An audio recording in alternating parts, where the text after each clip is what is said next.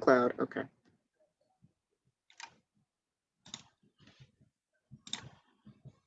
And now we're gonna start. Good morning. My name is Tamika Miller. I'm the Vice President of Marketing and Events at the Greater New Haven Chamber of Commerce. I'm delighted to be with you again this morning. I hope you've been able to partake in our earlier workshops. We have another exciting one coming about to start at 11 o'clock. It's all about determining organizational fit and culture before and while you are applying for a job. But first, I do want to play this quick word from one of our sponsors from Record Journal. So if you can indulge me one moment, I'm going to share that with you and then I'll be right back.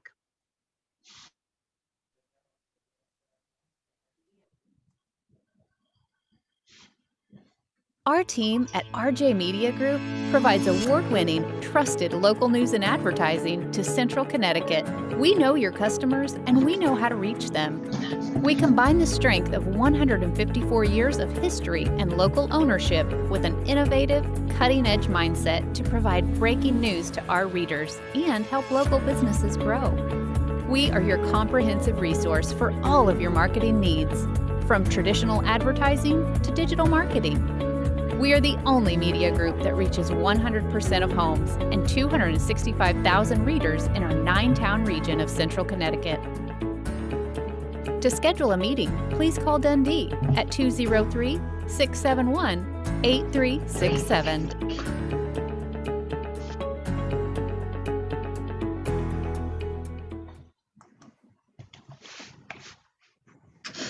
Thank you for indulging me. Again, this is Tamika Miller. I am the Vice President of Marketing and Events at the Greater New Haven Chamber of Commerce. We are about to start officially our 11 a.m. workshop. We've got an exciting workshop planned for you today. We're going to have 3 presenters.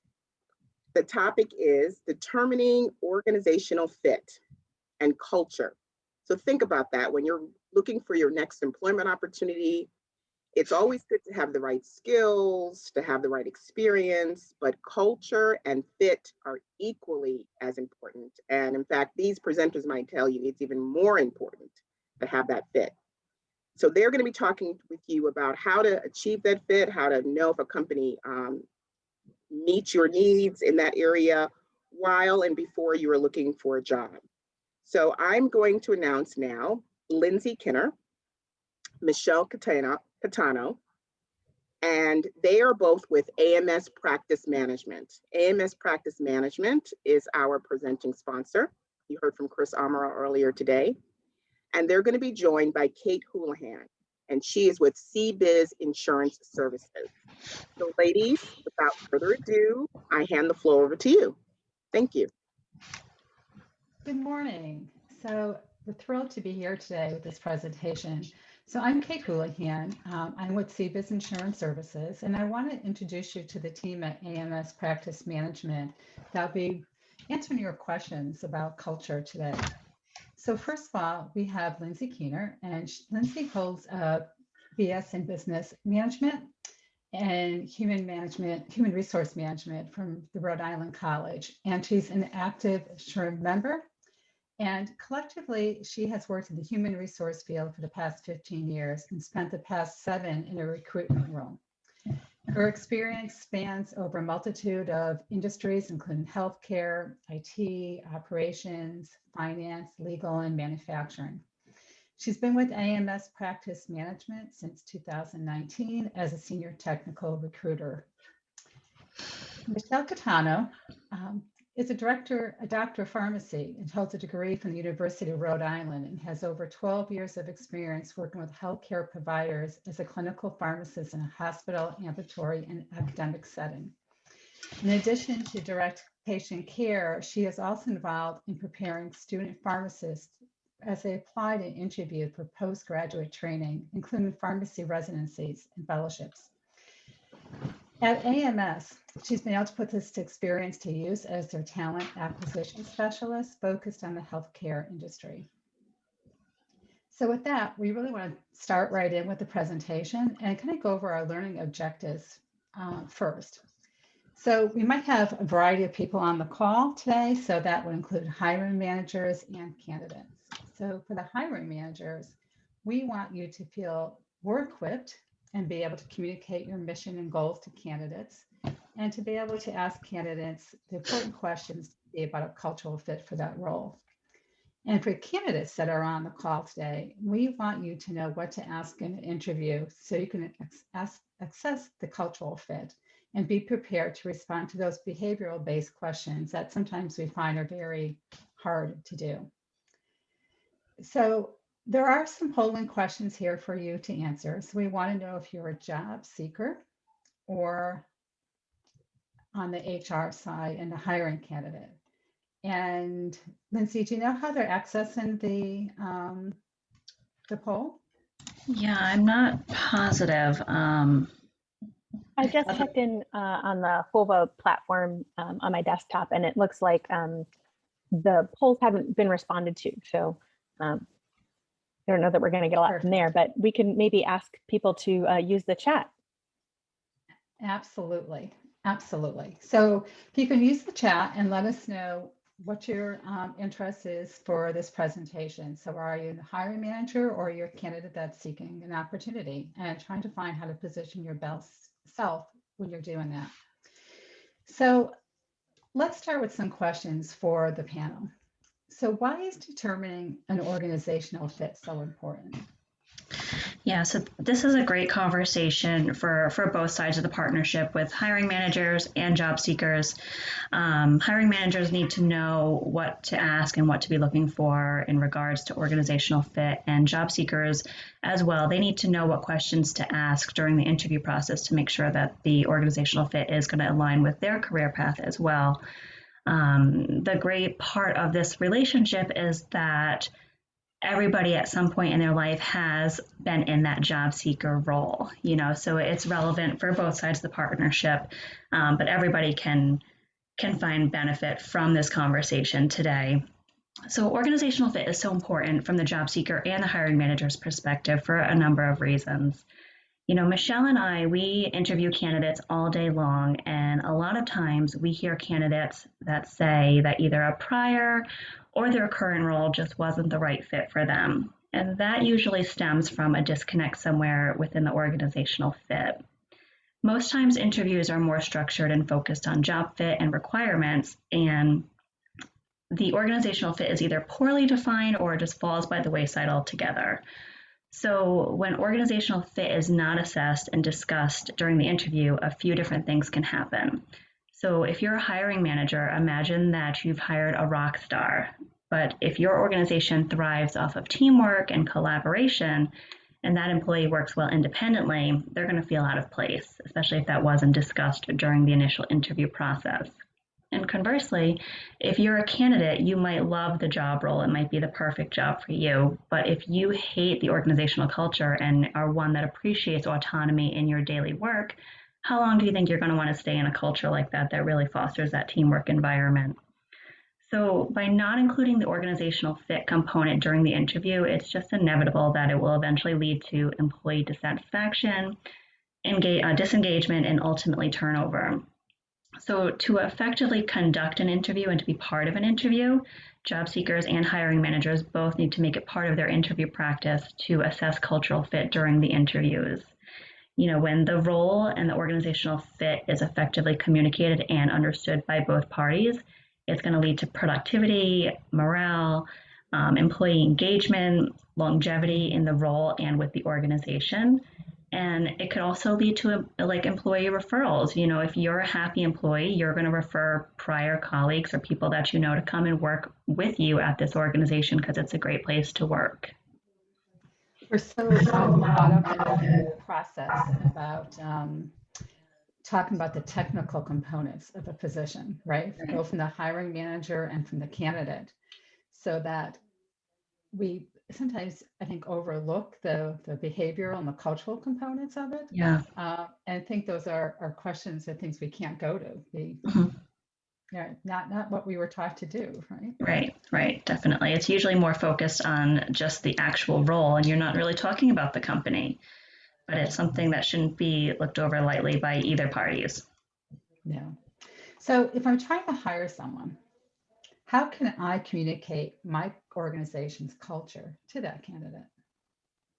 I can take this one. So, you know, the first part, of course, is making sure that you, an interviewer, understand and really define your organization's values, norms, and vision. You would be really surprised at how often I work with hiring managers who haven't really thought too hard about this. You know, large organizations often have already defined things like a mission and a vision, but especially smaller businesses might not yet have put those items down in writing. And sometimes even in those larger businesses, they can have, you know, subunits or departments that it has its own sort of subculture, if you will, depending on, you know, their part in the organization. So, you know, if the hiring manager can't tell me when I ask, I know we're gonna, you know, encounter this issue. So it's very important that you know, think about it first and really define what you're looking for. So think about what would make a person a good fit for your company. Think about the daily interactions of workers with their teammates and their managers and your customers. Most of the time, you're probably looking for someone that's going to be able to fit right in and hit the ground running with the team. But alternatively, particularly in higher level roles, you might also be looking to bring someone on board specifically to add something to your culture that doesn't already exist there, or, you know, to enhance an aspect of your culture that might be, you know, an area of opportunity. And if that's the case, then it should definitely be identified as a key part of the role and a responsibility that is being hired for. So the aspects that you want to think about are things like collaboration. So, you know, if your company really operates in a team-based way, that's an important thing for a candidate to know. Just like Lindsay mentioned, if they want to work very independently, then, you know, they might not be a good fit. On the other side of that, if somebody really wants to be independent and, you know, or conversely, they want to be told what to do, and that's not the kind of environment that you provide, then again, it might not be the right fit. I think managerial style and control is another important aspect to think about. You know, what is the leadership style of the person that's going to be directly supervising this person that is being hired? Well, if they are a micromanager and the person being hired does not like to be micromanaged, that could be a problem.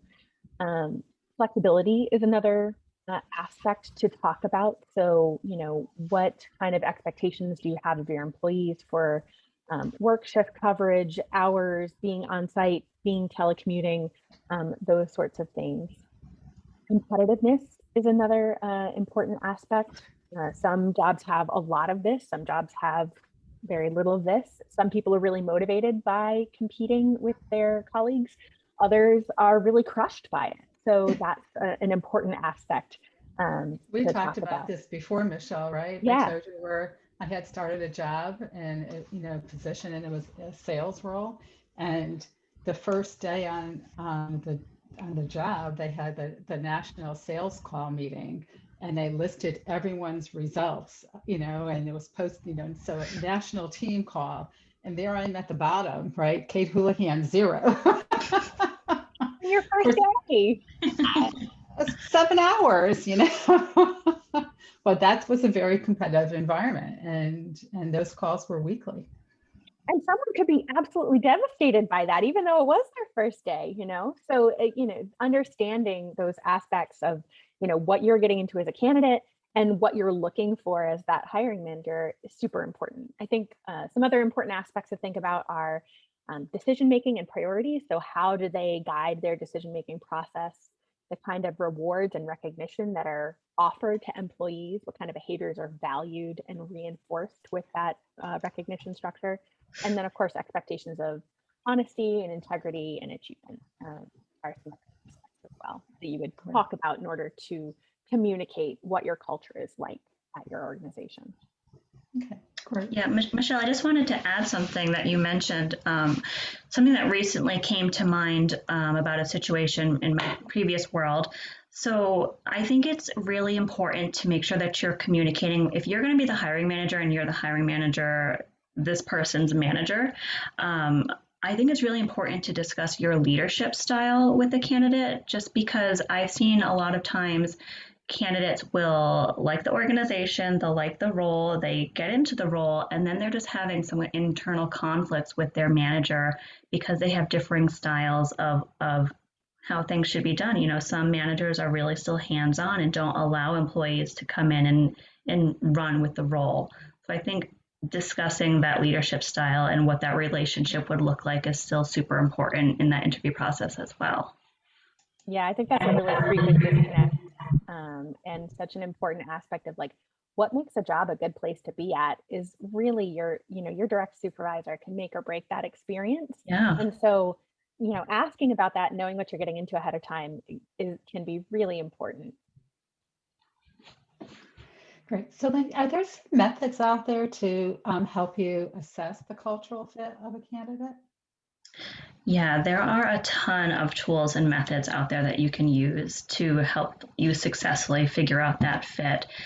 You can use more formal methods of standardized assessments. I have used one in my previous roles. We've used the Lominger tool. So that was a really interesting tool because it helped you to develop questions centered around not just the job fit and the responsibilities of the job, but also organizational and cultural fit. And it was interesting because after the assessment, the candidate would be graded and you would kind of see where they fell, like what percentages they would fall in to determine how they would fit in with the role and with the organization. You can also use situational based questions, so scenario based questions to see how the candidates respond. So questions centered around employee interactions or client interactions, actions specific to that role. You know, if they're going to be having a lot of customer service interactions, give them scenario based questions to see how they would do with a positive interaction and a negative interaction. Invite candidates to come spend the day in the office or the work setting or a few hours, the majority of the time. Let them see the environment that they're working in, that they're potentially going to be working in, and let them engage with the players that they will be involved in with their day-to-day work and see how they interact with each other. Which is so important. Yeah. Important, right. So I think, sorry, go ahead. Sorry, that same company that had the grid, the sales goals grid on a national basis, for me, I'm really thrive in a team environment where we're talking collaboratively, a lot of cross table water cooler moments, talking and getting things from, information. And so when I interviewed and asked about, team culture, they had said, yes, we're a team. We love acting as a team. But their idea of a team was closed doors, never talking to each other, pinging each other. There was no conversation, no camaraderie. So if I had actually been able to take a walk through the office or spend a day there, I would have seen how they worked versus, just heard what they were trying to have me hear. Yeah, I think that it's more than just liking the person and seeing if they fit in with the clique or with the group. It's are they sharing the same kind of work ethic and the same kind of philosophies to get the jobs done. Having people come in to do some team building events with the existing team, inviting them to coffee or lunch is great. It's a great icebreaker. If that person ends up moving forward, they already know people when they're going into the office. They're not walking in blind. They already know some of the players involved. And touching on that point a little bit further, I think it is a great idea that during the interview process, you're not just involving the higher level execs in that process, but more so having people, part of your team, involved. If you have a sales team of 5 sales reps, have 2 or 3 sales reps come in and talk about the day-to-day responsibilities for that role and what it's like to work for that company.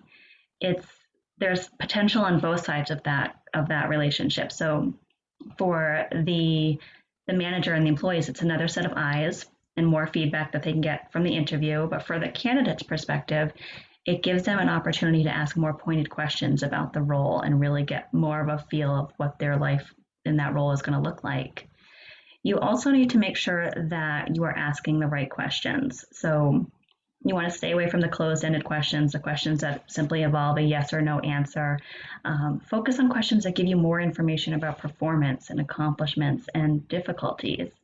Ask them what they appreciated and valued from prior roles and organizations. And I think it's super important to make sure that when you're interviewing, you are an active listener and you're not just sitting there listening for the candidate to say those key words, dedication, high productivity, results. We continue to grow the organizational culture and evolve as a company when we bring in new ideas and methodologies. So just looking for that definition of the perfect candidate, you got to think outside the box a little bit and open up your mind. Something that I do in my interview practice, usually once we get to like the second or the third round of interviews with the candidate, I always ask, what value can you add to the organization or to the role? And I leave it open-ended to hear opportunities for new practice ideas and opportunities for success for the company.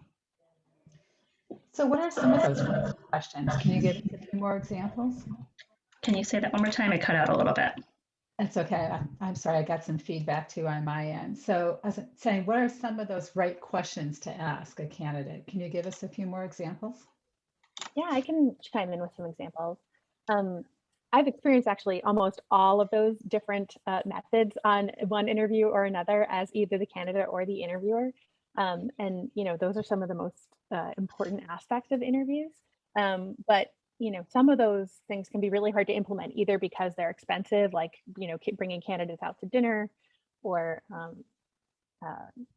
having them do social activities with the group.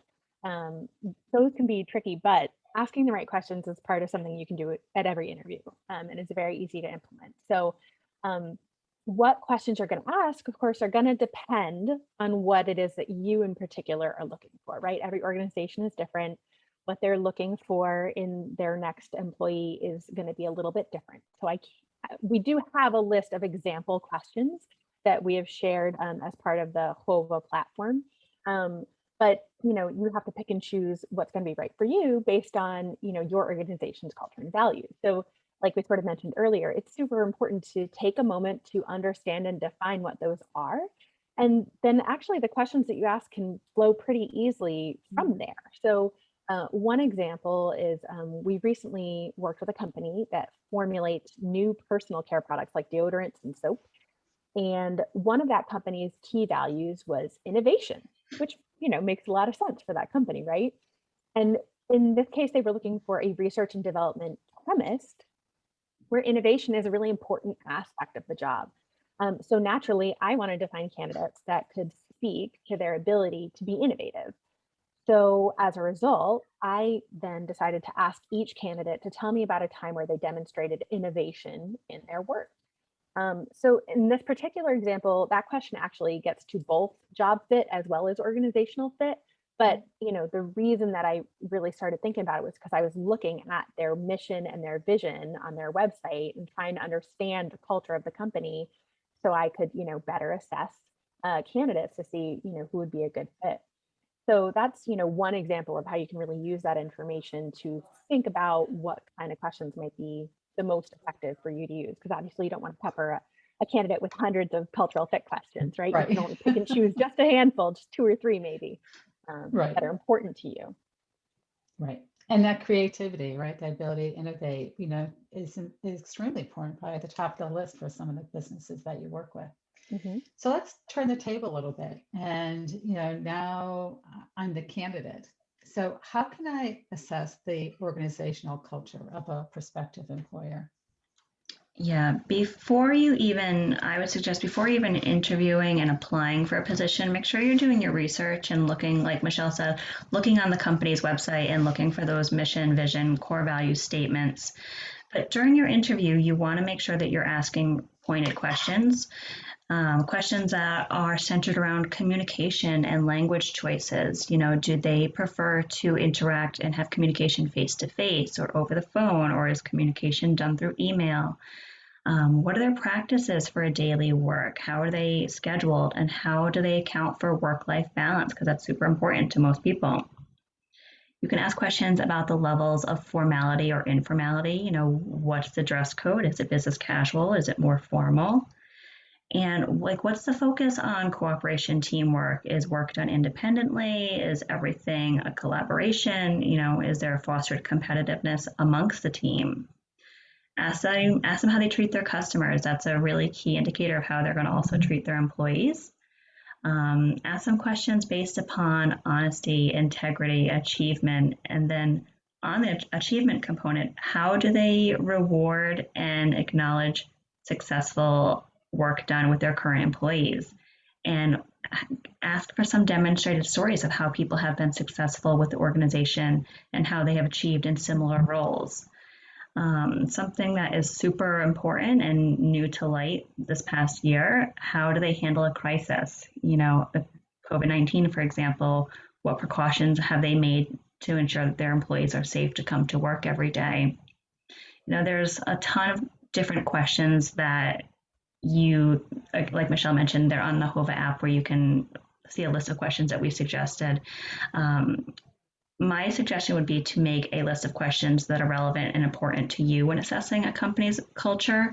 I know that personally, when I was looking for a new opportunity, I have made a list. I sat down and I made a list of things that were important to me. And then they were no deal breaker questions. You know, I wasn't going to accept a role where I didn't have autonomy, but also there wasn't a teamwork and collaboration component as well. I was looking for a role that had accountability and roles that you could offer feedback and ideas without judgment. So you really need to sit back and do some self-reflection and find what's important to you. Aside from doing the actual role, where do you want to spend your time? I know we had previously spoken, Kate and Michelle, about if you're working full-time, you're spending more time at work than unfortunately with your families and in your personal life. So you need to make sure that this is a right move for you and that you're getting the same thing you're getting fulfillment out of this role and out of working for a company. Yeah, everybody wants to be liked, right? Everybody wants to get the job, right? But it's just as important that you're interviewing the company. It's just as important, you know, as them interviewing you, that you're really interviewing them. So don't be afraid to ask those pointed questions and dig deeper. You know, if they say they have great work-life balance, well, what does that actually mean? Right. What does that look like, you know, on a day-to-day basis? Right. Yeah. Everybody wants to be liked and get the job offer. Yeah. And even more important now, you know, middle of COVID, right? I mean, we've been doing this for a year now, and that work-life balance for a lot of people is out the window. It's just out the window, right? So how does the company respond to that? And, you know, what are they looking at to plan to shift when we get post-COVID, and what's that going to look like? And what do they do to support their employees while they're, you know, still trying to balance that component through the middle of this? Yeah, we've heard a lot of dogs and kids and cry through all of this, right? On all these Zoom calls. So, you know, employer with a sense of humor too, as well, right? So speaking of a sense of humor, you know, that might be part of the good fit for a candidate, but really, how will they know if a company is a good fit for them? I think, you know, what Lindsay said is a great example. So you really need to like sit down and reflect and self-assess and think about, what are you really looking for in a prospective employer? And of course, not just what are you looking for, but how important is each aspect to me, right? Like Lindsay said, what is the deal breaker where you're like, no, I will not work for a company that does X, Y, and Z. For example, that doesn't offer any flexibility in terms of remote work, right? Maybe that's really important to you. Or maybe you prefer to be on site and you could care less whether or not, you know, they have remote flexibility and you want to be on site. So this is going to be different for every person. So that's why you really have to know yourself, think about what you want and how important each of those aspects are to you and what you would walk away from, right? Because as much as you want that job, if you have the ability to make a choice, then you want to make a choice that's going to be the best fit for you. Mhm. So from the employee's viewpoint, there are a couple different aspects of culture that are really important to think about. A researcher named David Sturt identified 6 aspects in particular. One of them is purpose, right? So I think a lot of people can relate to the fact that they would like to ideally work somewhere that, you know, gives them a sense of purpose, that they get up and they go to work today, every day, to do something hopefully good for the world. And so that can be a really important driving factor in, you know, ensuring that it's a good fit for you. If that's something that is really important to you. Opportunity. So having the opportunity to learn new skills, develop, and, you know, grow in your role. So, you know, that might be important to you if you're, you know, considering a career move. It could be, you know, less important to you if, say, like, you know, when I was a college student, right? I didn't care if a job had opportunity for advancement because I was only planning to be at that role short term. So, you know, that was okay. That wasn't very important to me. But long term, when you're looking at career moves, usually having the opportunity for growth is usually really important.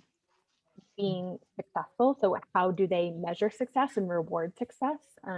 Do they support their employees to be successful, right? Or do they just expect them to be successful, you know, despite negative circumstances or environment that is not supportive? Appreciation, right? Some people are really highly motivated by appreciation. Some people really need that. That might be very important to you. And if it is, then you need to assess for that. Well-being, like we've mentioned a couple times now, well-being has always been important, but I think, you know, it's being appreciated perhaps now a little bit more, I would hope. And so, you know, how do they work to improve their employees' physical, social, emotional health, right? That's an important part of this relationship. And what do you need to be successful in those dimensions? And then, you know, leadership. What is their leadership like? How do they work? How do they handle crises and challenges? And how do they create a sense of camaraderie? And how do they, are they intentional in the way that they create their culture in their organization? So those are some aspects of culture that are really important from an employee's viewpoint. And you should really think about what is important to you, you know, in those seminars. Yeah, And there's Michelle, you know what?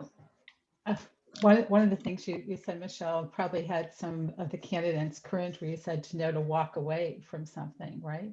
But there's something empowering about that, right?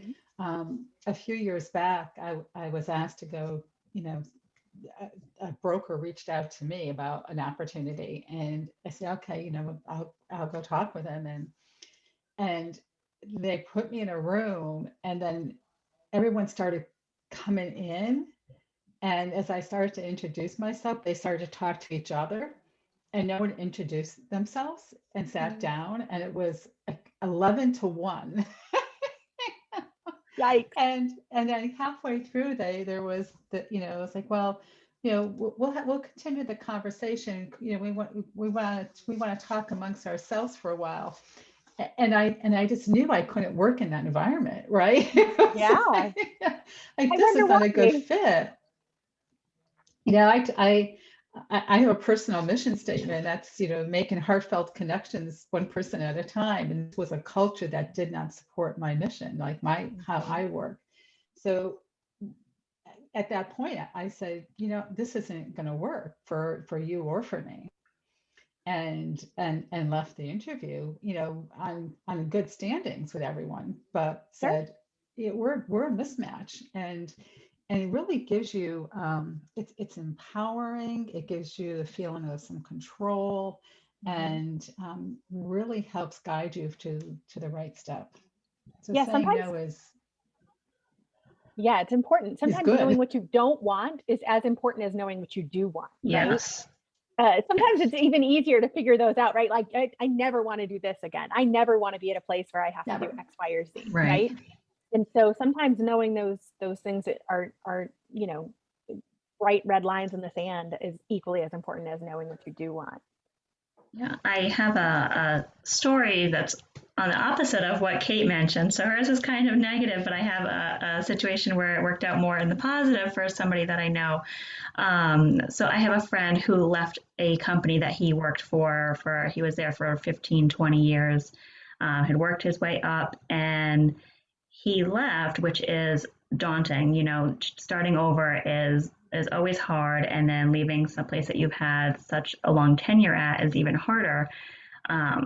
He interviewed, he went through 6, 7 rounds of interviews for this high level position. Still in the back of his head, he's thinking, did I make the right move? I'm not sure. His first day of work, he walks into his new office, and they had taken the time to decorate the entire office with New England Patriots merch because he had mentioned during his interview process that in his spare time, that's what he does. He's a huge New England Patriots fan. So as soon as he walked in, he's like, this is the right place for me. They took the time to learn me and understand who I am, and he hasn't looked back since. So it's, you know, So I could probably work there too, because they make heartfelt connections, one person at a time. Exactly. Yeah, that speaks a lot, I think, to their culture, right? That they would do that. They would take the time to understand and do that. That was a priority for them. So that's now, granted, he went there for I think 1 week, and then COVID hit, so he's been remote since then, so hasn't had a chance to enjoy his Patriots office. But yeah, it's taking that little extra step and those little touches that he knew was the right move for him. Great, thank you. So back to those questions that no one told us about, right? Or taught us about and knew that we had to respond to, and those behavioral-based questions, right? We were always taught about how to answer those technical-based ones, but those behavioral-based questions, how does a candidate respond to those? So yeah, that can be a little bit stressful. So know when you're being asked one, right? So you can recognize a behavioral-based question because it's going to start like, tell me about a time when you were assigned with a new task on top of your existing workload, or give me an example of a project that you worked on where the results weren't what you anticipated. So something to keep in mind is to keep your responses concise and be sure to include key information without revealing any sensitive information with client or patient or company names, but make sure you're highlighting your achievements. You can use the STAR method, so STAR, S-T-A-R, so situation, task, action, and results. Situation is setting the scene and giving the necessary details of your example. Task would be describing what your responsibility was in that situation. Action is explaining exactly what steps you took to address it. And then results, share what your outcome was for your actions achieved. If you didn't have a positive outcome, then what did you do to learn for the next time to ensure that you had future success going forward? I think it's important during the interview process to make sure that you have prepared some failures or conflicts to talk about. Hiring managers might ask you questions about things that you failed on or conflicts with other employees and other roles. So just be prepared to discuss those, have 1 or 2 talking points to bring up during the interview process. That's a good point. Can you give us some examples of what you mean? Yeah, I'll give you an example. So let's say the interviewer says, tell me about a time where you had to be very strategic in order to meet all of your top priorities. And then assuming, that you are the interviewee, you could respond with something like, well, in my previous sales role, I was put in charge of the transfer to an entirely new customer relationship management system on top of handling my daily sales calls and responsibilities. And the task that I had to complete was not only migrating the new CRM database and completing that by the end of the quarter, but I also couldn't let any of my own sales numbers slip below my own target. And so that would have been the task. As far as the action, you could say, in order to do that, this is how I did it. I had to be very careful about how I managed all of my time. So I blocked off an hour each day on my calendar to solely dedicate to the CRM migration. And during that time, I worked on transferring the data, cleaning all old contacts, updating outdated information, and doing that a little bit at a time gave me enough time to complete the project on deadline while still being able to handle my normal tasks. And then as a result, the transfer was completed 2 weeks ahead of deadline, and I finished the quarter 10% ahead of my sales goal. So that's, just an example of like sort of the level of detail that you want to give. You don't have to go into like very granular detail, because if the interviewer wants to know more, they can always ask you like, oh, that's really interesting. How did you actually, do that? But, you want to basically, be ready to be, describe it in a concise way, but also tell the whole story. Right. So, Michelle, one of my questions is going to be one of the same questions that is in our chat is, how do you prepare, right? So how do you prepare and relax? I'm listening to what you just went over, and there's a lot there to think about on the spot. So how do you prepare for that? Great question. So there are literally thousands of behavioral-based questions if you go on the internet to search for them. If you search behavioral-based questions to determine XYZ quality, you will find, just pages and pages and pages of them. So of course you cannot prepare for every possible question you could be asked. There's no way to do that. But I would recommend that you do search the internet for examples of behavioral-based questions. And when you do that, you'll start to see that there are sort of generalizable categories of questions, right? So for example, questions that really broadly speak to your communication skills, or questions that are about overcoming challenges or interpersonal conflict or time management, that sort of thing. So, you're going to want to focus on some example situations that speak to those kinds of qualities, right? So I want to think about an example of a time where I had really good communication. I want to think about an example of a time where I overcame an interpersonal conflict, or I had a huge challenge that I overcame. And you can think back, to your experiences, to your schooling, to your volunteer work, to really, anything. It could be, doesn't have to be strictly work related necessarily, but you can think back to those things and focus on, use your achievements to make that story, right? Because then that also gives you a way to sort of work your achievements into the conversation. And then, think about suitable examples. So like Lindsay said, it's great to focus on ones that had a positive outcome, because you can, sort of toot your own horn. But also some of the trickiest ones to answer on the spot are the negative, I guess, or the ones with a more negative bent, right? Tell me about a time where you made a mistake. Tell me about a time where there was a problem. Tell me about a time where you dropped the ball. Tell me about a time, when there was a conflict. It's really important to think about some of those ahead of time as well, because those tend to be the ones that really trip candidates up. And what you'll find is that once you've thought about enough of these broad categories of questions, that when you're actually on the interview, the text of the question that they ask you might be, tell me about a time, where you didn't get along with someone. Well, you may have prepared for it. Tell me about a time where you and your coworker had a conflict, right? That's sort of the same thing. So just because you weren't prepared for the exact text of the question doesn't mean that you don't already have a scenario that you have thought about and rehearsed, ready to go, that is applicable to that question. I would definitely recommend practicing with a friend. It's very easy to ramble, and when you practice with someone, they can help you identify when you start to go off the rails, which is important. And if you're struggling during the interview to come up with an example that fits, don't be afraid to ask to take a minute to think about it. I think a lot of candidates are, afraid to do that because they feel like it might make them look unprepared. But, I think on the contrary, it makes you look thoughtful, right? Like you're not just going to blurt out a response that might not be applicable to what was asked. You're going to sit there and you're going to think about what was asked of you and, come up with something that's applicable. So it's okay to ask to take a minute. I think it's interesting how you talked about weaving in experiences outside of work, right? And sometimes those are easier to think about and show examples of, right? And they're still how we react. They're still how how we behaviorally respond to a situation.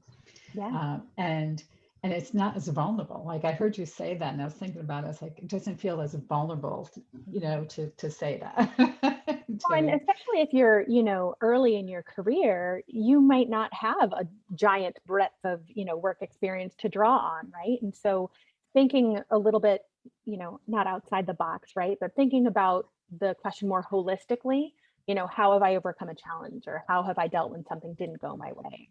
Those sorts of things. You can pull in stuff from, experiences from your life if you don't have an appropriate work response necessarily. You can still do that. That's okay. Yeah. And I think, I've always found if I, whether not just in, looking for a career transition, but, asking questions for clarification, no matter what the situation is helpful, because we hear, especially when we're in a situation, it's really important for us, like getting this job, right? We hear and take something in, and then we want to have an immediate response. But if we take that moment to pause and then say, okay, I'm curious, could you clarify a little further? Or what did you exactly mean? Or can you show me an example of what you're talking about? And not only does that clarify for the candidate, but it gives the candidate a moment to sit back and think and take in more, right? It shows the ability to ask questions, interact, and then the chance to respond. Yeah, I really like that. Go ahead. Sorry, I was just going to say that I really like that. Even if you have an answer prepared, I think it's still nice to sit back and take that pause and show that thoughtfulness. We're not robots. We're all humans, so that's what they want to see too. They want to see the person. So I like that, taking that moment to just take a minute, take it in, and then respond accordingly. Yeah, I think great question asking is a really underrated skill, and it's something that I'm always looking for, right? Because if I have a candidate who, just sort of sits back and I'm like, do you have any questions? And they're like, nope, I'm good. I always, it makes me think that they're not really engaged. They're not really thinking about it. I mean, ideally, hopefully this is a place that they plan to be long-term, right? Don't they want to know more about it? So I think it's so critical to have good questions prepared. Maybe you never get to them. That's fine. But maybe you have an interviewer who literally is not very well prepared either. And the only thing that they plan to ask you is, so tell me about yourself. And then once they get past that, they go, okay, what questions do you have for me? And then you have to run out the clock on 30 minutes. Right. I've had that happen. And if you don't have those questions ready to go, you're out in the water. Like, it's just so incredibly awkward. But if you have good questions prepared, particularly if you're able to know who you're going to be talking with ahead of time, you can tailor those questions to different individuals. So you might ask, different questions of somebody who is the president or vice president of the company versus someone who you'd be working with side by side, day to day. If you can tailor those questions appropriately, that's even better. Definitely come prepared with enough questions to run out the clock. I like that. Thank you. So just looking to see if we have any questions from our participants, or if there's anything else that they'd like us to talk about. I know on Whova, some of the handouts are there for you to access and use after this session. Michelle or Lindsay, any closing nuggets of wisdom, or if any of the participants want to put a nugget that they learned today in there, that'd be great too.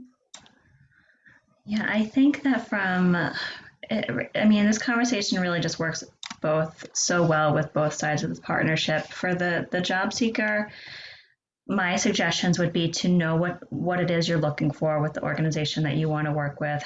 Be prepared, have questions to ask, do your research on the company, and find out more about the role and where the company is going so that we can talk more about that during the interview. But just being as prepared as possible with your achievements, some of your failures, because nobody can achieve 100% of the time. You know, we all fail. That's how we get, that's how we get to where we're going. That's how we grow. So it's still important to talk about those areas. And yeah, I think this is a great conversation for the hiring managers as well. We can always learn and grow more. I hope that we address some of the questions that you might have had before coming to this conversation, and maybe gave you some other ideas of how to propose questions to candidates. And yeah. I think if you're a candidate, definitely try to put yourself in the shoes of the interviewer. Learn to think like an interviewer. Think about what questions they might want to ask a candidate based on what's important in their organization and to the job role, and that will help guide you in what you need to prepare during the interview.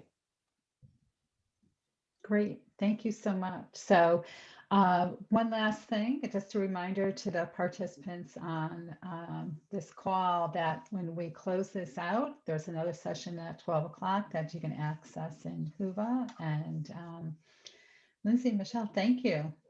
Fun. Thank you, Kate. Thank you. It's been wonderful. Thanks. Thank you, everyone on the call. Appreciate it. Bye-bye. Bye.